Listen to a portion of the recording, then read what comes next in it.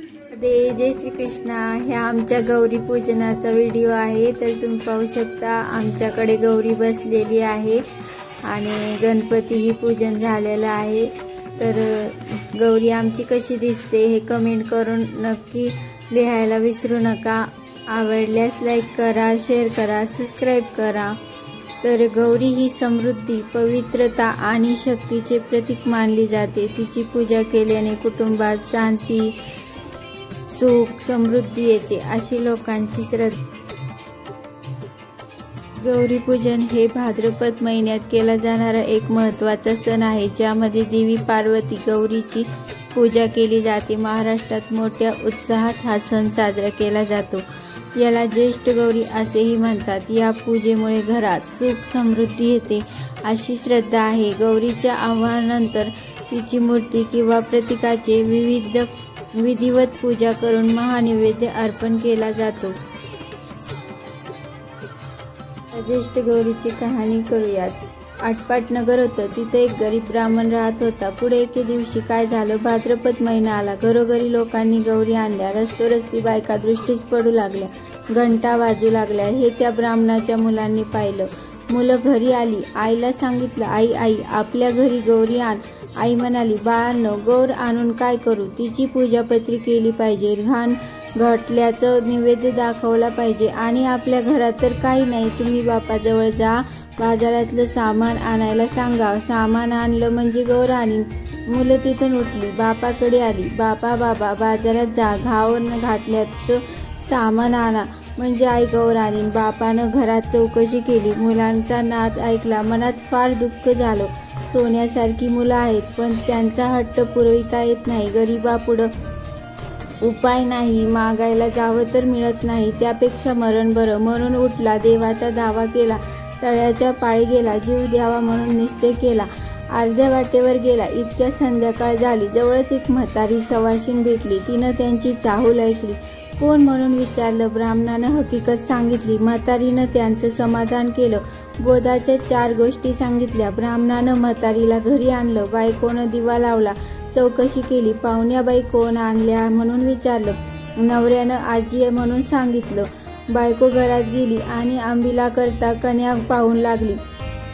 तो मडकं आपलं कण्याने भरलेलं दृष्टीस पडलं, तिला मोठं नवल वाटलं। ही गोष्ट तिनं आपल्या नवऱ्याला सांगितली, त्याला मोठा आनंद झाला। पुढं पुष्कळ पेच केली, सगळ्यांनी पोटभर खाल्ली, सगळ्यांनीच जण आनंदात निजली। सकाळ झाली तशी म्हातारी ब्राह्मणाला हाक मारली, मुला मला नाऊ घालायला सांग म्हणून म्हणाली।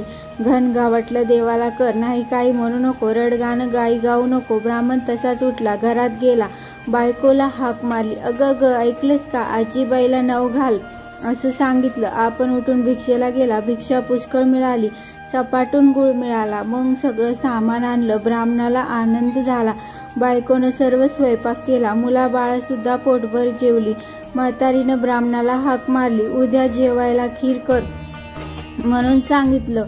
ब्राह्मण म्हणाला, आजी दूध कोठून आणू। तशी म्हातारी म्हणाली, तू काही काळजी करू नकोस, आता उठ आणि जितक्या गाई म्हशी पाहिजे असतील तितके खुंटपूर, तितक्यात दाव्या बांध। संध्याकाळी गोरज मुहूर्तावर गाई म्हशींची नावे घेऊन हाक मार म्हणजे त्या येतील, तुझा गोठा भरेल, त्याचं दूध काढ। ब्राह्मणानं तसं केलं, गाई म्हशींना हाक मारल्या, त्या धावत आल्या। ब्राह्मणाचा गोठा गाई म्हशीनं भरून गेला, ब्राह्मणाने त्यांचं दूध काढलं। दुसऱ्या दिवशी खीर केली, संध्याकाळी झाली तशी म्हातारी म्हणाली, मुला मला आता पोस्ती कर। ब्राह्मण म्हणू लागला, आजी तुझ्या कृपेने मला आता सगळं प्राप्त झालं, आता तुम्हाला पोस्ती कसे करू, तुम्ही गेलात म्हणजे हे सर्व काही नाहीसे होईल। म्हातारी म्हणाली, तू काही घाबरू नकोस, माझ्या आशीर्वादानं तुला काही कमी पडणार नाही। ज्येष्ठ गौर म्हणतात ती मीच, मला आज पोस्ती कर। ब्राह्मण म्हणाला, हे दिलेलं असंच वाढावं असा काही उपाय सांग। गौरीनं सांगितलं, तुला येताना वाळू देईल, ती साऱ्या घरभर टाक, हंड्यावर टाक, मडक्यावर टाक, पेटीत टाक, गोठ्यात टाक। असं केलंस ना म्हणजे कधी मी कमी होणार नाही। ब्राह्मण बरं म्हटलं, तिची पूजा केली, गौर आपली प्रसन्न झाली। तिनं आपलं व्रत सांगितलं, भाद्रपदाच्या महिन्यात तळ्याच्या पाळी जावं, 2 खडे घरी आणावे, ऊन पाण्यानं धुवावे। ज्येष्ठ गौरी आणि कनिष्ठ गौरी म्हणून त्यांची स्थापना करावी, त्यांची पूजा करावी. दुसरे दिवशी घावणगोड, तिसरे दिवशी खीरपोळीचा नैवेद्य दाखवावा, सवाशिणीची ओटी भरावी, जेवू घालावं. संध्याकाळी हळदी कुंकू वाहून बोळवण करावी, म्हणजे त्याला अक्षय सुख मिळेल, संतती संपत्ती मिळेल. ही 60 अवताराची कहाणी. 5 अवतारी देवाच्या दारी, गाईच्या गोठी, पिंपळाच्या पारी, सुफळ संपूर्ण.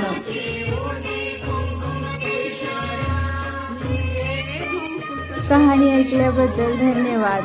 कहाणी ऐकल्याने आपल्या घरी सुख, समृद्धी आणि शांती लाभते. महालक्ष्मीच्या पूजनाने घरात आनंद आणि उत्साह निर्माण होतो. वर्षभर आपल्याला उत्साह वाटतो. आणि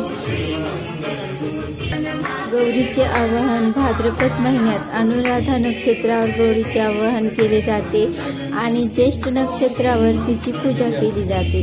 घरात देवी पार्वतीला, गौरीला आसन दिले जाते. देवीला स्थानबद्ध करून प्रथम पाण्याने, नंतर पंचामृताने स्नान घालून नवीन वस्त्रे अर्पण केली जातात. देवीला अलंकार, माळा घालण्यात येतात. त्यानंतर धूप दीप लावून तिची आरती केली जाते. शेवटी गौरीला महानैवेद्य दाखवला जातो. हा सण महाराष्ट्रातील एक पारंपरिक महत्त्वाचा सण आहे. पूजनाच्या अनेक कथा आहेत. गौरी पूजेबद्दल इतरही अनेक कथा आहेत. हिंदू धर्मग्रंथानुसार सीतेने भगवान रामाशी लग्न करण्यासाठी देवीचा आशीर्वाद घेण्यासाठी गौरी पूजा केली. यामुळे गौरी पूजा सुसंवादी विवाह सुनिश्चित करण्यास मदत करते, अशी परंपरा. गौरी ही प्रजनन क्षमता, समृद्धी आणि शक्तीचे प्रतीक आहे. भाविकांचा असा विश्वास आहे की या काळात देवीची पूजा केल्याने कुटुंबात शांती, समृद्धी येते.